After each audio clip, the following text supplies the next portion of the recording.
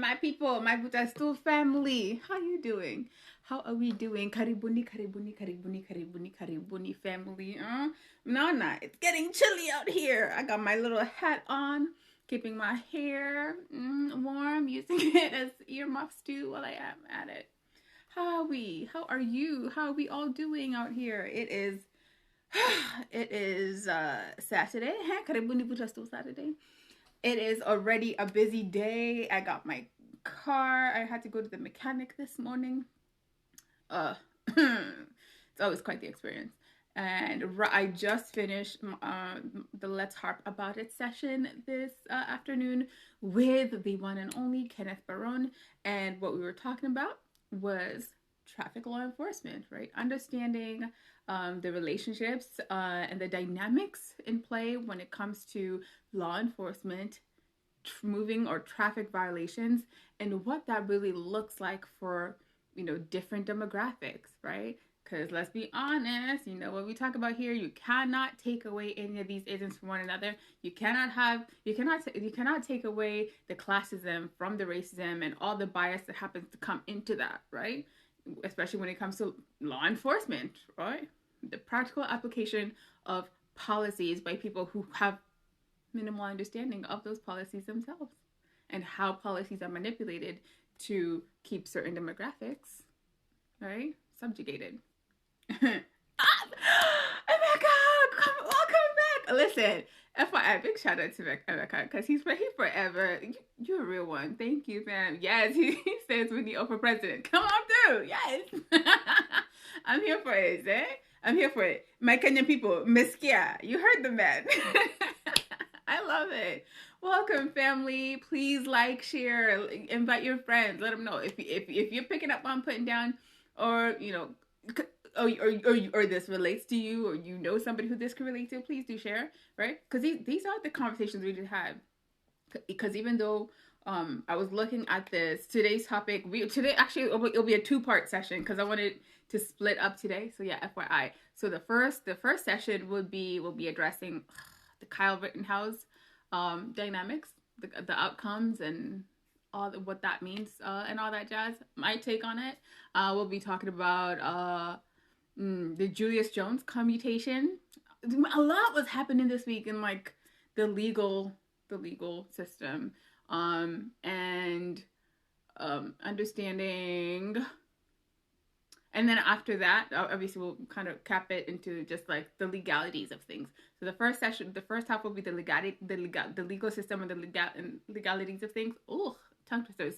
And then I'll close that, and we'll jump into the fun part, which will be on a lot of the relationship drama and complications that have been going on out here, and just touching on relationshiping in 2021 before we close out the year. How about that?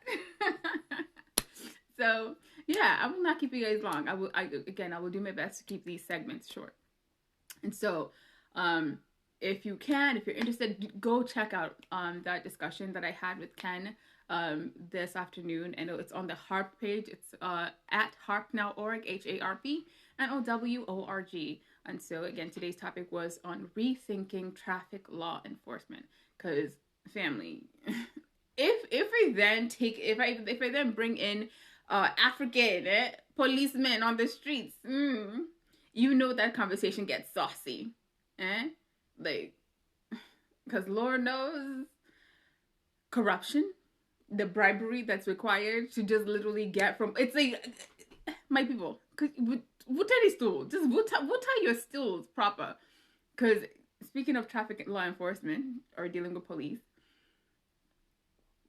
especially back home, the way it seems like they unintentionally create even more hazardous environments in their efforts to keep the roads safe, right? Like I know so many people who are like, if they're gonna drive their cars and not use public transportation, they're like, fam, listen, I need to account that bribe money. It's like, it's a part of the budget. And that's real talk, right? It's like, how much do I need to get from here to over there and make sure that I'm set when the police ask me for something really frivolous laws. It happens, right? So, or even just like how certain people, because sometimes then police also sometimes overreach and like they be arresting people over some bogus allegations. So, fam, like across the board, let us rethink traffic law enforcement because it's necessary, right? A lot of these policies, it's right because it's a policy issue.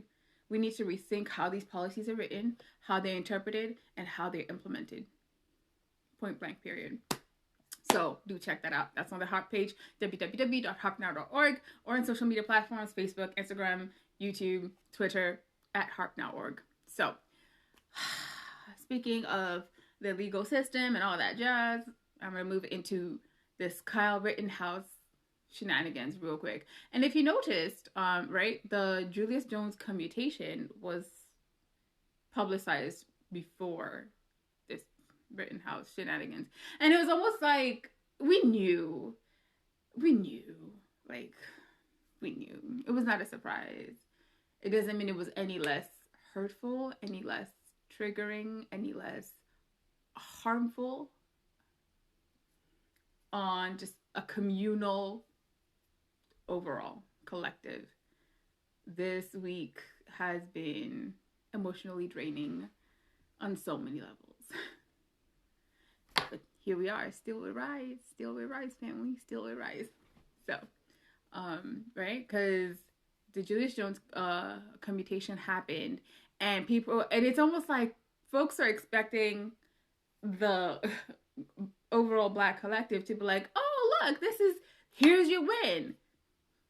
You should be happy. I was like, there's nothing to celebrate. There's nothing, like, it was like, we need to stop accepting crumbs. We really, as a collective, need to be very clear that we deserve better than crumbs. We deserve better than crumbs. Take that however you may. So that happened. I mean, I'm glad his sentence was commuted, but to what end? Was it for a better resolution? Is it really for the purpose of rehabilitation still at this point? I stay unimpressed. I'm unimpressed. I'll let you know when I am impressed. So that happened, but I'm glad that they did not kill this person, this brother, and for a conviction that he had, like, what, that he served his time, and based on his challenging of the system, other people are then able to use his cases as a precedent to get their own sentences reduced or commuted, right? But he doesn't get to reap the benefit of the work and the sacrifice that he has made. And so I'll leave it at that because I don't want to belabor that point. Oh, thank you so much. Absolutely. Thank you. Right. So now quickly jumping into the mess, the saga that this week has been a cluster junk in context of just the legal system. I will not call it the justice system because all I see is injustice, front, back, and all around. It's like just prevalent injustice. So yeah, sure, it's the legal system. And again, please remember that just because something is legal does not mean it's moral or ethical. I really want to be very clear on that. I want us to understand that just because something is legally allowable and permissible does not make it morally or ethically acceptable and expedient for us. Let me know if you got that reference. Just because all things are permissible to me does not mean that they're all expedient for me or for us as a collective. Note that. So, onto this Kyle Rittenhouse, and reminding us once again that the pseudo awakening of 2020 was just that, right? People have gone back to their comforts of, oh, that doesn't have anything to do with me. I already advocated. Like, what more do we want? Like, and people still being shocked. I'm like, this Yes. Oh, so for those of you who may not have seen it yet, yeah. So Kyle Rittenhouse was found not guilty on all those charges, but that does that necessarily mean that he's innocent? I'm gonna let you decide that for yourselves. Yeah. So here he is, dude. You cross state lines. You're a minor. You cross state lines with an assault rifle to go protect some random person's like property. Really? And you end up shooting people and murdering, killing people. And to me, it was like even just like I remember thinking to myself even when I originally saw it. Sure, you can mental gymnastics, the legalities, and how he got off and how that may be legally sound and all that jazz. But at the end of the day, we really need to get back to rethinking. Why is it, especially for my dominant culture people, what are you doing to call out and require the the system as a whole to address these systemically and structurally oppressive ideologies and policies that are being implemented or perpetuated? So again, from a legal standpoint, folks are just applying the law as it is supposed to be intent, according to whatever the writings are. But please remember, we also have to get to a point where we address the morality, the human ethics of it all. Are we being humane? Are we being moral? Are we being ethical? Hey, family. Yes, we have to ask that in these processes. Because just because it's legal, just because it's permissible, just because you can get a good lawyer to get you out of some of these horrendous situations, doesn't mean that it is moral. And that's all I'm gonna really say for that one, because I do not have the mental or emotional capacity to unpack all that mess that is the Kyle Rittenhouse. Because let's think about it. If he happened to be a black person with that assault rifle, walking towards the police after that incident that preceded it, do you think that this person would have sat to get their day in court? Would they? Because we've seen folks get murdered for having a legal right to carry and notifying and warning law enforcement about these things, yet they don't get to see their day in court. And the harm that is inflicted, again, it also goes back to addressing the harm that is inflicted upon people and communities in the name of law enforcement or traffic law enforcement, especially. Whether that's in moving violations of any kind, whether that is in jaywalking policies, whether it's in petty theft or petty crimes, right? Or disturbing the peace. All these things oftentimes when it is and especially when it's rooted in, let's say, a mental health episode, armed police, armed law enforcement typically don't come in with the same sentiment, with the same humane treatment of the person that they're supposed to be detaining. You don't see the same treatment across the board, depending on how the person presents physically. And I'm talking race here. Yes. I called it out. So, all I'm gonna say with all the shenanigans that are happening, I speak peace over all of us out there, because we're going through it, and it's not easy. It's not easy to find peace through these moments, through these journeys. But I speak peace over all of us. I speak just some mental calmness. Find your pockets of peace. Find your pockets of safety and reassurance and validation. May you find your pockets of that. May you find your community that reaffirms that your your humanness in all this, because it's needed. There's a lot of healing that's needed. There's a lot of restoration.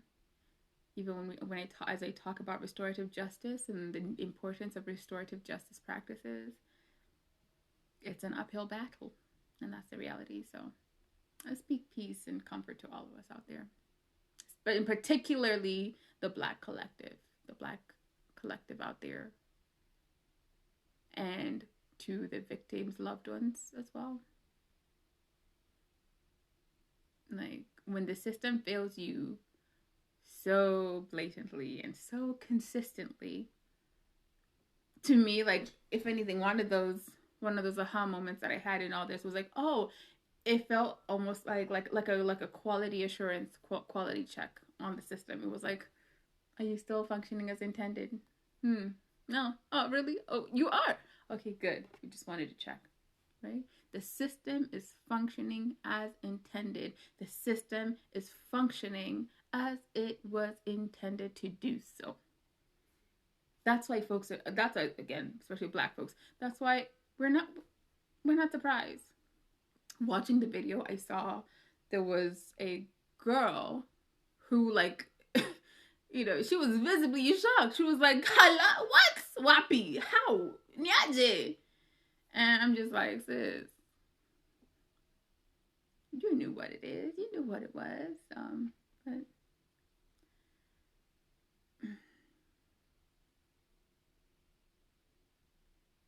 let's really move. We need to move things forward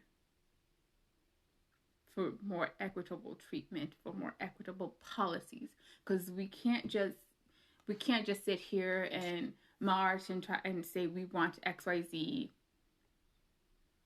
things. There needs to be action. It's time. We need to amplify and elevate that action for all those advocates out there who do this kind of work, perhaps in not necessarily in this space, but in other demographic spaces, and who have had success in those spaces. Bring your efforts, bring your skills. If we really are talking about there's real allyship in this work, bring those skills to these anti-lynching bills, to the need for more equitable legal policies in the public safety realm. Just saying. Yeah, so do check out that Let's Harp About It session with Ken. Yeah, it's worth it. Also, if you're interested in more on this topic, especially on the local level, I'll be having a discussion with the one and only Anna White, who is a local lead for our community policing. She's a community policing liaisons lead, so there'll be more on that. Anywho, last week though, right? Last week there was a particular conference going on. Forget. Don't mind me. But there's been it's been a busy season. Super busy. But anywho, so otherwise, apart from all these shenanigans, I hope you're all having a joyous holiday season, at least. And whatever holidays you're celebrating, I hope that you're staying safe, that you are making the most of whatever's left of this 2021. Oh my gosh, 22 is right upon us.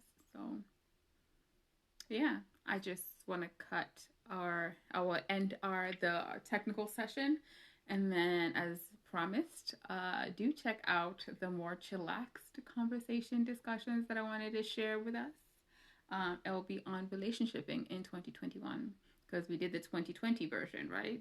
Go check that out if you didn't see it yet. Go check it out. That one was dating in 2020. You know, I got to do an annual review, so here we are. I'll be addressing relationshiping in 2021 in the next video. So, yay, right? See you shortly.